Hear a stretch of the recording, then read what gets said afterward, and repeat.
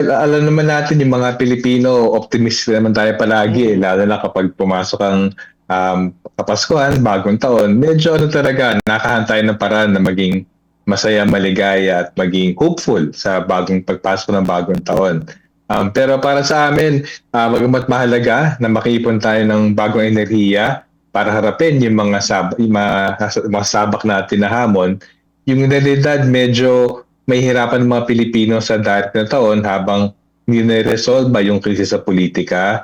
At Mm. ikalawa, habang yung gobyerno hindi hinaharap yung realidad, ilang taon nang bumabagal ang ating ekonomiya, ilang taon nang pahina ng pahina ang paglikha ng disenteng trabaho, ilang Mm. taon nang hindi nagtataas ng sahod, at actually ilang taon nang pinapabayaan ang serbisyo natin sa edukasyon man yan o pangkalusugan. Kaya para sa amin, hindi nasa kami ng Pilipino yung solusyon sa mga problema na yan. Mm. Kailangan talaga iwasan ng gobyerno kaya ng pagpapatakbo para naman ang magbigyan pansin na hindi yung 2028 na halala ng tagal-tagal pa. Sana Mm. naman harapin ng gobyerno yung kasalukuyang problema ng Pilipino, kulang ang trabaho, kulang ang sahod, kulang ang serbisyo. Parang yung away-away nila, saan isang tabi na nila, saan doon magbago eh. Kaya para sa amin, ang pinakamahalaga, bagamat bigyan natin pansin itong mga anti-corruption issues, flood control issues, pork barrel issues, Mm. sana mas matumbok natin lahat at ang gobyerno.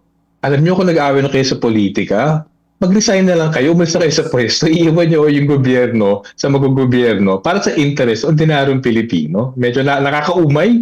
Yes. Pasok ng bagong taon, tapos harapin natin ay mga pork barrel corruption at batuhan ng putik nila. Medyo sa amin, hindi yun tama. Hindi yun Opo. tama. At lalo na po, hindi lang po yan, Sir Sunny, dahil binabanggit din po na 44% ng mga Pinoy ay umaasang gaganda ang buhay sa 2026. So, ibig sabihin, di pa po kalahati ng mga Pinoy po natin, Sir Sunny. Ito nga pong Oh. pagiging positibo. Alam na, positibo po tayo, pero 46% lamang po ang sasabi Oo. po na gaganda.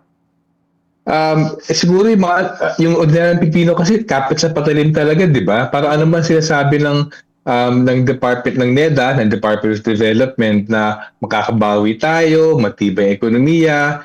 Kung sa araw-araw, yung mayaman lamang ang mayayaman at yung mga politiko at ang kailang paghirap nila ngayon ay hindi nila mabulsa ang pork barrel funds nila. Hindi lang krisis dapat iharap ng gobyerno. Dapat iharap ng krisis ng gobyerno, bakit ang baba ng sahod? Nasa kami ng gobyerno, magtaas ng sahod. Ang problema din natin Pilipino, ba't ang mahal ng pagkain? Nasa kami ng gobyerno, gastusan ang agrikultura para maging mas murang pagkain. Problema ng Pilipino, ang mahal mapag-aral yung kanilang mga anak. Kung may magkasakit, ang hirap magpagamot sa ospital. Yes. Lahat naman yan, nasa kami ng gobyerno talaga. Kaya Mm. sa amin, yung panandaliang na hopefulness na yan, tama kayo, hindi pa umabot ang kalahati ang Pilipino na aasa na mabuti sa dati na taon. Hindi lang yan dahil dun sa alam naman nila na pahirapan talaga makuha ng tamang serbisyo. I think nakita ng mga Pilipino, kung papansin natin nakarang 5 buwan mula Agosto, ang tanging pinag-uusapan ng gobyerno, yung corruption lamang, yung away-away nila sa isa't isa. I mean, ano yun, hindi namin sinasabi hindi yun mahalaga. Pero para sa amin, nakakalimutan ang anong pinakamahalaga. So mahalaga talaga isugpin yung korupsyon, pero di hamak mas mahalaga, sana naman iwasan nila yung mga patakan sa ekonomiya para man makabangon ng ordinaryong Pilipino. Sabi nga nila, mas mabilis daw po solusyonan ang mga problema sa bansa pag nag-i-import. Pero ito yung repercussion po na nangyari ngayon, sir. Ayun, alam mo sakto yung problema na yan kasi kung akalain natin na pwede tayo mag-import palagi, ang pinakatanong, anong pangbayad sa import? Mm. Peso ba? Hindi eh. Ang Yes. pambayad sa import, dolyar palagi.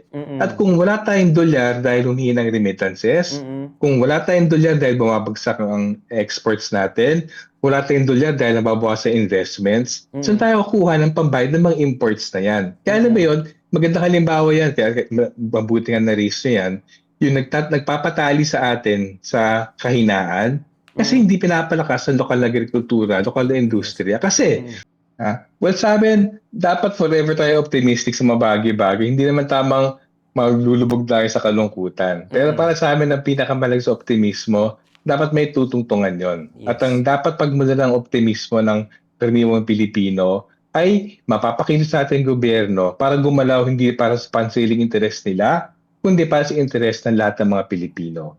Kailangan sila pwersahin dyan, sila natin ipakita na galit tayo, na pinapansin lang nila kanilang sarili ng pork barrel. At higit sa lahat, kailangan iwasto yung mga patakaran sa ekonomiya. Kung iwasto mga patakaran sa ekonomiya dahil nakikinig sa mamamayan, yun dapat actually pagmulan ng ating optimismo sa bagong taon. So nasa kamay natin yan.